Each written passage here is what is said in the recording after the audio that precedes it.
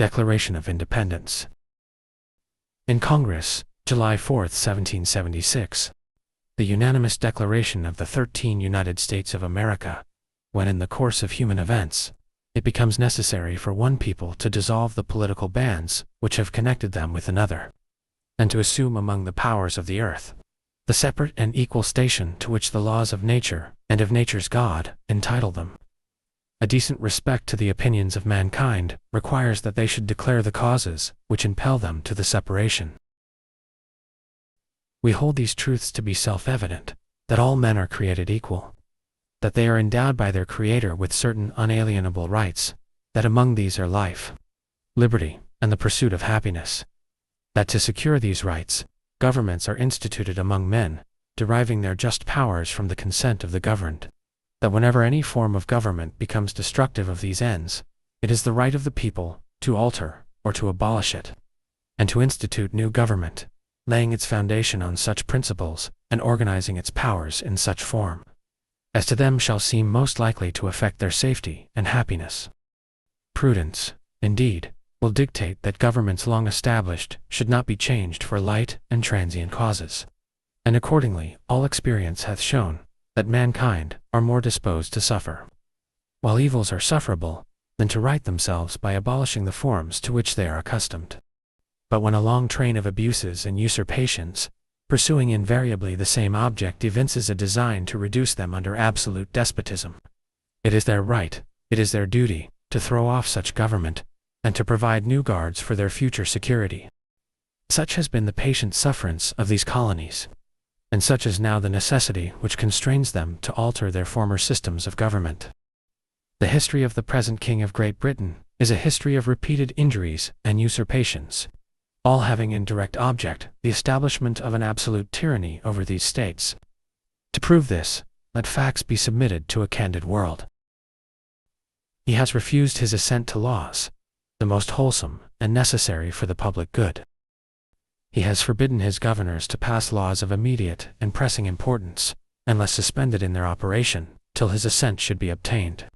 And when so suspended, he has utterly neglected to attend to them. He has refused to pass other laws for the accommodation of large districts of people, unless those people would relinquish the right of representation in the legislature, a right inestimable to them, and formidable to tyrants only. He has called together legislative bodies at places unusual, uncomfortable, and distant from the depository of their public records, for the sole purpose of fatiguing them into compliance with his measures. He has dissolved representative houses repeatedly, for opposing with manly firmness his invasions on the rights of the people. He has refused for a long time, after such dissolutions, to cause others to be elected, whereby the legislative powers, incapable of annihilation, have returned to the people at large for their exercise, the state remaining in the meantime exposed to all the dangers of invasion from without and convulsions within. He has endeavored to prevent the population of these states, for that purpose obstructing the laws for naturalization of foreigners, refusing to pass others to encourage their migrations hither, and raising the conditions of new appropriations of lands. He has obstructed the administration of justice by refusing his assent to laws for establishing judiciary powers. He has made judges dependent on his will alone for the tenure of their offices and the amount and payment of their salaries. He has erected a multitude of new offices, and sent hither swarms of officers to harass our people and eat out their substance. He has kept among us, in times of peace, standing armies without the consent of our legislatures. He has effected to render the military independent of and superior to the civil power. He has combined with others to subject us to a jurisdiction foreign to our Constitution and unacknowledged by our laws, giving his assent to their acts of pretended legislation,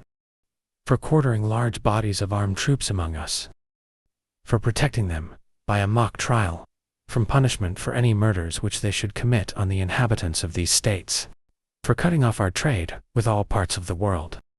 for imposing taxes on us without our consent, for depriving us, in many cases, of the benefits of trial by jury, for transporting us beyond seas to be tried for pretended offenses, for abolishing the free system of English laws in a neighboring province, establishing therein an arbitrary government, and enlarging its boundaries, so as to render it at once an example and fit instrument for introducing the same absolute rule into these colonies, for taking away our charters, abolishing our most valuable laws, and altering fundamentally the forms of our governance, for suspending our own legislatures and declaring themselves invested with power to legislate for us in all cases whatsoever. He has abdicated government here by declaring us out of his protection and waging war against us. He has plundered our seas, ravaged our coasts, burnt our towns, and destroyed the lives of our people. He is at this time transporting large armies of foreign mercenaries to complete the works of death,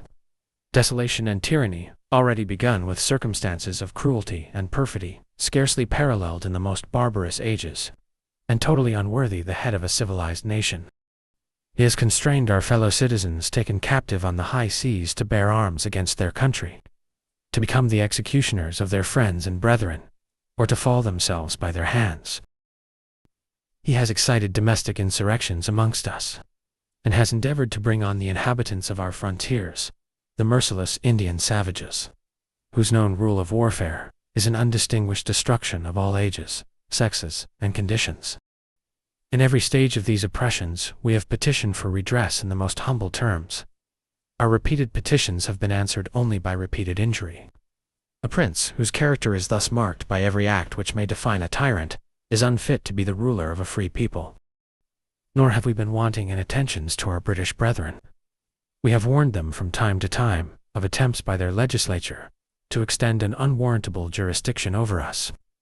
We have reminded them of the circumstances of our emigration and settlement here. We have appealed to their native justice and magnanimity,